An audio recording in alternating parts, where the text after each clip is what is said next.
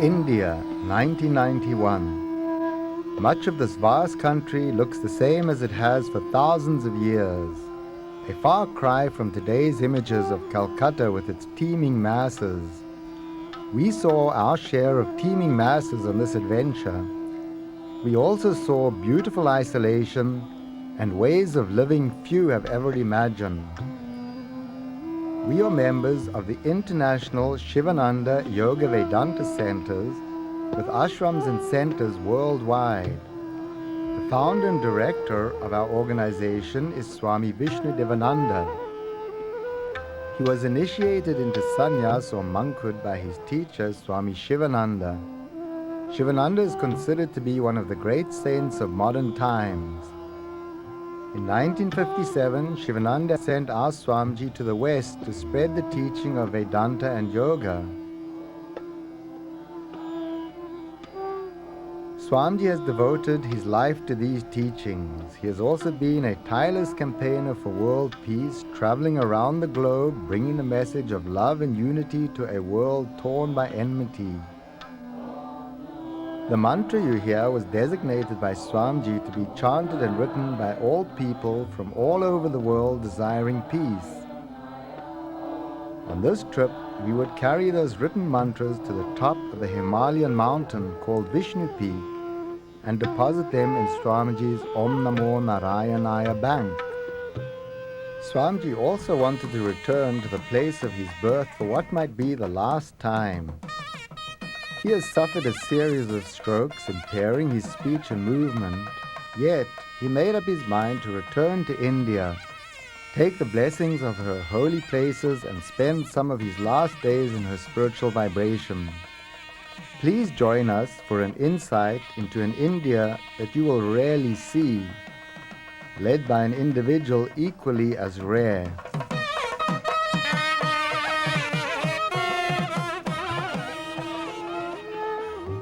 It was late April when we landed in Madras on the southeast coast of India to begin a whirlwind tour of some of the more famous temples in the area. We went to Kalahasti, where Lord Shiva is worshipped, and then Tirupati, the most visited temple in India, where it is the custom to offer your hair to Lord Venkatesh. Swamiji was so happy to be at the temples, as were the other pilgrims to see him. From Madras, accompanied by a few attendants, Swamiji flew to his ashram in Neyadam near the southwestern city of Trivandrum to see his very elderly mother. The rest of us set off in a van to meet Swamiji at the ashram 18 hours later.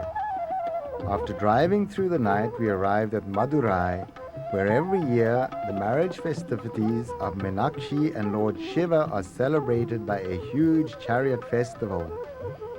Long ago, Meenakshi, born of fire to the king and queen of Madurai, arrived disfigured with a third breast in the middle of her chest.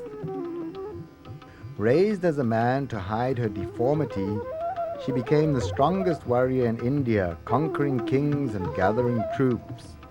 Reaching the base of the Himalayas, she was so full of herself that she sent a challenge to Lord Shiva.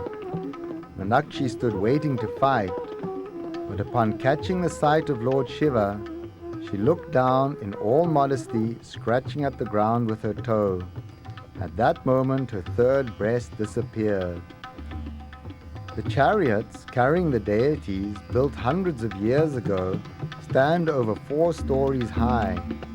Without axles or brakes, they are turned by placing wooden wedges under the wheels, wheels that make even the festive elephants look small. A signal is given, the crowds magically part, and 1,000 rope bearers follow the commands of the charioteer as he deftly guides the 2 massive, towering and wavering chariots through the streets. Unrested but exhilarated, We continued from Madurai to the tranquility of the ashram, where we found Swamiji tending to his mother. Mataji, as she is called, is a well-loved and respected Swami initiated by Swami Shivananda. Here, in a serene environment, we were able to rest for a few days and renew our energies for the trip ahead.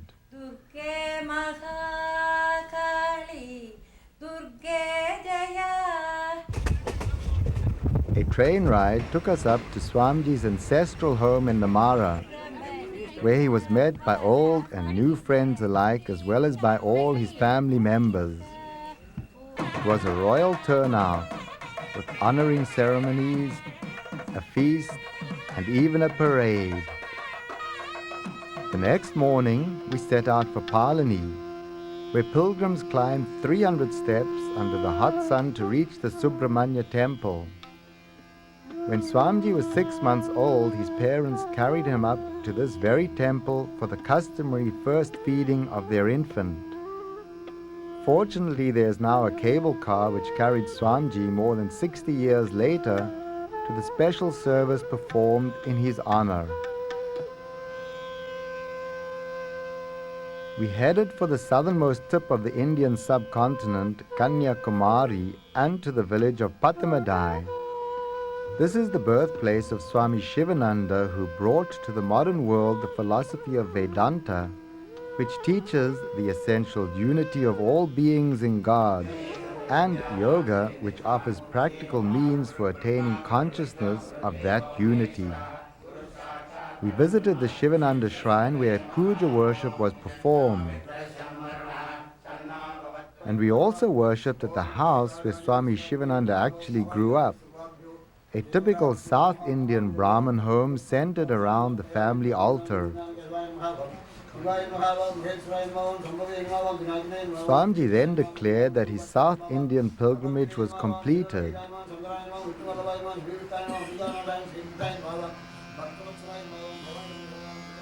Upon our return to the ashram at Nayadam, Swamiji asked to be taken to his mother's quarters. He garlanded her and offered flowers at her feet. She was very weak, so he called for a doctor to come immediately. Mataji's pulse was normal, blood pressure low. She was not in any pain and completely relaxed. Swamiji stroked her arm, and then, as he stroked her forehead, Mataji died, discarding her physical body.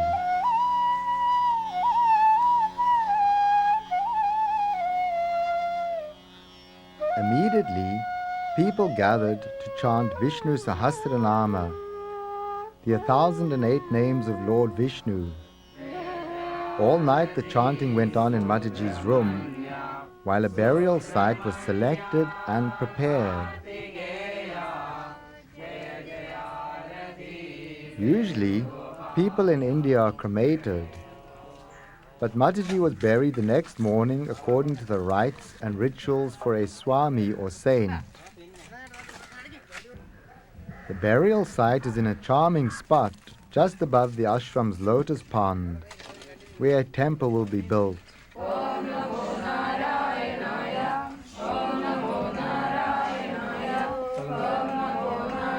The body was placed in the lotus position and carried to the prepared pit.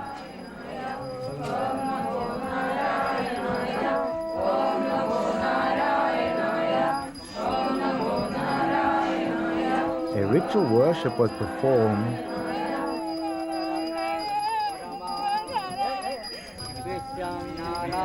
and a special priest was called to conduct the ceremonies and chant the mantras. Holy ash, along with camphor, neem leaves, and earth, were placed all around the body to preserve it.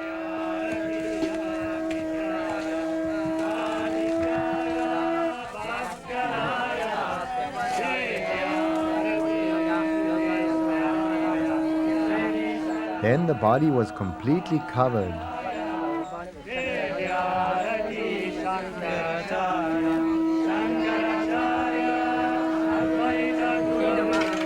There was a slight rain that evening, considered very auspicious. That very afternoon, Swamiji left for New Delhi, and the pace of our adventure quickened. Our final destination was to be Swamiji's cave on the Ganga headwaters near the Himalayan village of Gangotri. Before settling at the cave, Swamiji desired to visit the 4 dhams, Badrinath, Kedarnath, Yamunotri, and Gangotri. These are the holiest places in the Himalayas, full of centuries of spiritual fervor. Bright and early the next morning, we were aboard a shiny new Bell 5-seater piloted by Captain Sandhu, a retired fighter pilot. Swamiji sat in the rear with an attendant close by. I was in the co-pilot's seat, a good place to practice with the video camera, and a good test too. The helicopter was really shaking. First we flew to Rishikesh, where Swami Shivananda established an ashram which is still flourishing today. As we circled the Shivananda ashram, Swamiji prayed to Master and sought his permission to embark on this northern pilgrimage. The 2 blue towers that you see are temples, one constructed around the final resting place of Swami Shivananda, called his Samadhi Shrine. We landed at the nearby airfield and went by car to Rishikesh. At the Shivananda ashram, Swamiji paid his respects at Master's Samadhi Shrine. And he also went to circumambulate the temple of Lord Vishwanath. Just outside, he fed a holy cow. Then, the vice president of the ashram, Swami Madhavananda, came out to see Swamiji off, requesting him to stay longer. But Swamiji joked that he had a helicopter to catch. Our intrepid band took off for Badrinath and Kedarnath, high in the mountains. Our first views of the Himalayas were incredible. The helicopter could fly over the lower mountains, but soon the peaks reached far beyond our range. We had to work our way up the ever-narrowing ravines to reach the first holy shrine, Badrinath.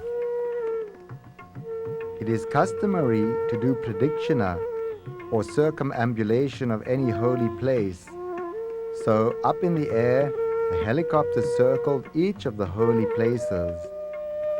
Badrinath is sacred to Lord Vishnu, the preserver of the universe. Every summer, thousands come to worship here. During the rest of the year, Badrinath is frozen solid. We return down the same long ravines, then over a lower range to make another long climb to Kedarnath. This is the highest of the 4 dhams. As we circled the still snowbound temple, we were in awe of its massive size. It is here that the Pandava brothers, the famous good guys of Indian mythology, ascended into heaven. The granite rocks making up the base and walls are so large, it is believed that the Pandavas themselves, who were strong as well as good, carried those rocks there. Evening came on as we landed safely at Rishikesh airfield. We drove to Dehradun and checked into the Interlock Hotel, and after hot baths we all slept like children. Early the next morning we were back at the airfield. Once again we circled the ashram in Rishikesh, praying to Shivananda for a safe journey. We headed for Yamunotri, the shrine at the source of the Yamuna River. Passing from the cultivated environs of the foothills into the rugged beginnings of the mountains. Here it is mid-May, and many of the traditional routes to these mountains are still impassable due to snows and landslides. The shrine is in a narrow valley, very high up. We were barely able to circle, and it took a lot of skill for Captain Sandhu to maneuver so that Swamiji could view the temple. Then it was back down the narrow valley until we could cross over the lower mountains to make our way up the Ganga River Valley, by far the most spectacularly beautiful valley in this mountain kingdom called Garhwal. Following the Ganga, we flew over Uttarkashi, the largest town in the area. The topography continued to change as we climbed higher and higher up the valley. Then we came to Gangotri, over 10,000 feet above sea level. There is the yellow roof temple, centerpiece of the village. Just upriver is Shivananda Guha, Swamiji's cave, part construction and part mountain rock. To our right we could see Vishnu Peak, still 4,000 feet higher. This is the site of the Om Namo Narayanaya Bank. We flew on up to Gomukh, at the tip of the narrow glacier ravine where we circled the incredible Cow's Mouth. This is the source of the Ganga, out of which the sacred river flows. Then we headed back downstream and landed at a military helicopter pad in Harsal, some 26 kilometers from Gangotri. Here we were met by some of our party who had gone ahead from Delhi by bus. Soldiers from the nearby military camp helped us to take Swamiji across the Ganga and up a steep, rocky path to the road where we could board the bus for Gangotri. We waved goodbye to Captain Sandhu. At Gangotri, a rickety old palanquin, wired together, was waiting to carry Swamiji. It was the only one we could find. Some Nepalese Sherpas were happy to carry Swamiji all the way up to his cave, even stopping at the Ganga temple en route. Gangotri is considered one of the holiest places in India, and every Hindu desires to come here at least once in his life to bathe in the freezing waters of the Ganga. Young and old come from near and far.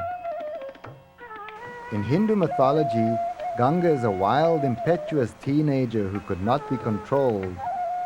A king of Garhwal requested that she come down to earth so that his 100 sons could be purified in her cleansing waters.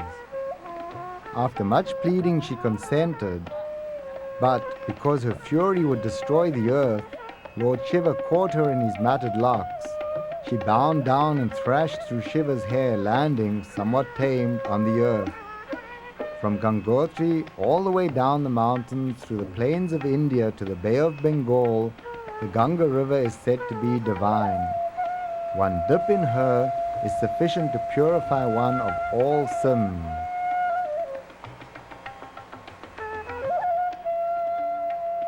The cave compound was in a bustle of activity. Tents going up, supplies coming in, cooking and cleaning, even electrical wiring being installed to hook up to our new generator. There was a lot to do. Swamiji wanted many improvements. The cave itself is centered around its altar. The house has some sleeping quarters with an area for food preparation and storage, but little else. Much of the daily activity must of necessity take place out of doors. It got quite cold at night, so we were always grateful to feel the sun bringing warmth to our morning satsang, a gathering for meditation and prayer. And there was work to be done, including the construction of a small temple to Lord Shiva.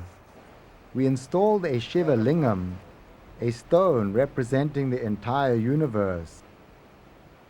Swamiji was in peak form, giving instructions to all.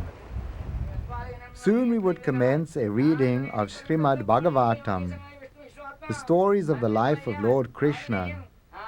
It is a custom to read Bhagavatam over a 7-day period. We began by conducting a homa, or fire ritual, to Lord Ganesha, the god of luck and the remover of obstacles. The priest offered clarified butter into the fire. The fire god is known as Agni, and he delivers the offerings up to the other gods to propitiate them for success in the reading. The reading took place right inside the cave, where the two men sat side by side, chanting alternately for 5 minutes at a time. This lasted for about 3 hours in the morning, and then, after a break for lunch, on into the evening, about 8 hours in all. During our break on the first day, we rushed down to the town of Gangotri to witness the arrival of Mata Ganga, the mother goddess Ganga. It was the opening day of the temple, and the charming image was being returned from the lower altitudes where she is kept during the winter months. The town was alive with an electric energy so vibrant it would have eliminated our need for a new generator at the cave. People from all over India and the world had arrived with the melting snows to take part in the celebration. Complete with traditional music and an Indian military band with bagpipes, drums and drum major. The air was full of sights and sounds as the celebration carried on far into the evening. Just downriver from Swamiji's cave lived a naked sadhu, a Swami with absolutely no possessions in this world, including clothes. He was possibly the most content individual we had ever met. When offered food, he would accept only enough for that day. One morning, he came to pay his respects to Swamiji, just appearing out of the trees, offering some flowers, and then departing. Other brother monks, fellow disciples of Swami Shivananda, came to visit the cave. Swami Chidananda of the Divine Life Society in Rishikesh stopped by to offer his best wishes, as did Swami Chaitanyananda from Uttarkashi.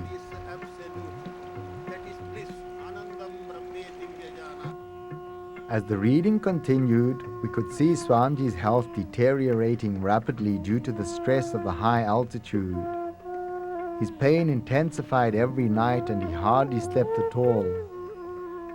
Yet during the day, he would become completely absorbed in the recital of the beautiful and divine Leelas, the games of Lord Krishna.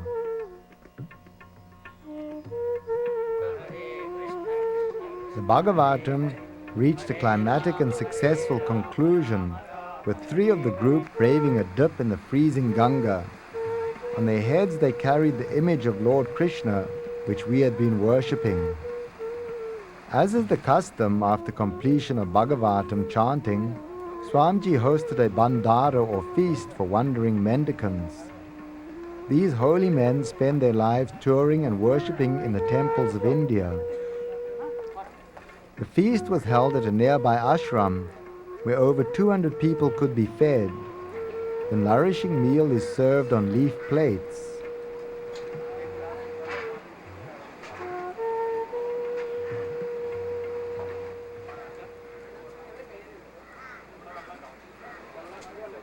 Early on May the 25th, several of us, along with 8 porters, each carrying about 15 kilos of written pages of the Om Namo Narayanaya mantra, departed from camp to make the bank deposit on the top of Vishnu Peak. The climb proved to be arduous, very dangerous and exhausting. With each leg of the trek, our breath became shorter and our need for rest more acute. Are we halfway yet? No, we're still 1/4. Here at an early rest stop, you can see the cave compound far below. And there is Vishnu Peak, still a long way up. Amazing as it seems to us, some of the Nepalese Sherpas made the climb in flip-flops. One was actually barefoot. Our chief guide, Kalyan Singh, would forge ahead to check the route. There he crosses the first glacier of ice. Soon we'll all make the same crossing, but hardly with the same ease. A break for tea and a good rest Then up we climb.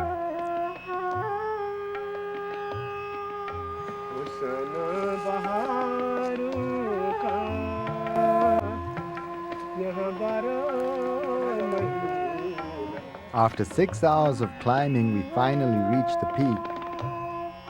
Kalyan Singh raised a new flag on the mountain top.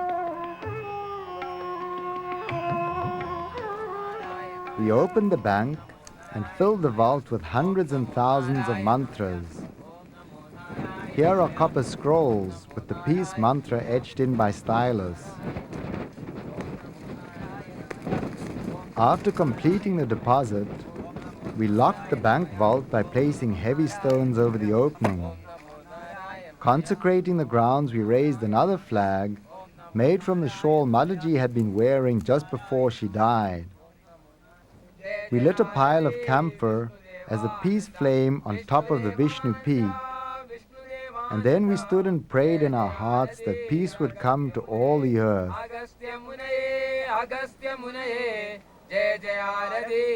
The weather started to turn.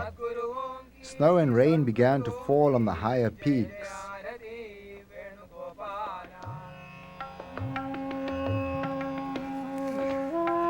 Even our hardy porters were eager to head back down.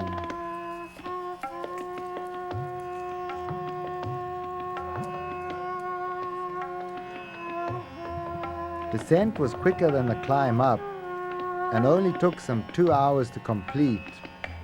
We returned to camp, exhausted but peaceful.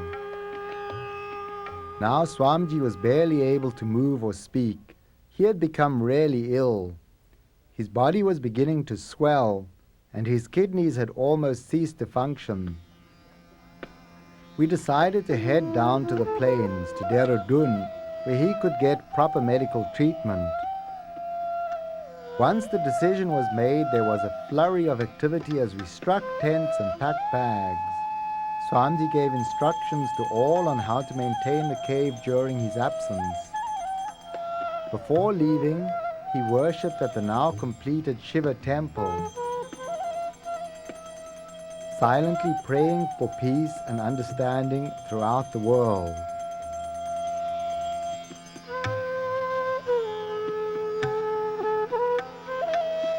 Then we made our way through the pines down the banks of the Ganga. Pausing once more at the river's edge, Swamiji worshipped Mother Ganga, offering the fragrant Ganga Tulasi into her waters.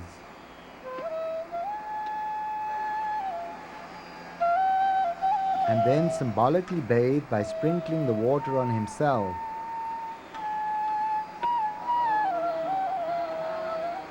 We headed for Gangotri temple, chanting the peace mantra Om Namo Narayanaya all the way.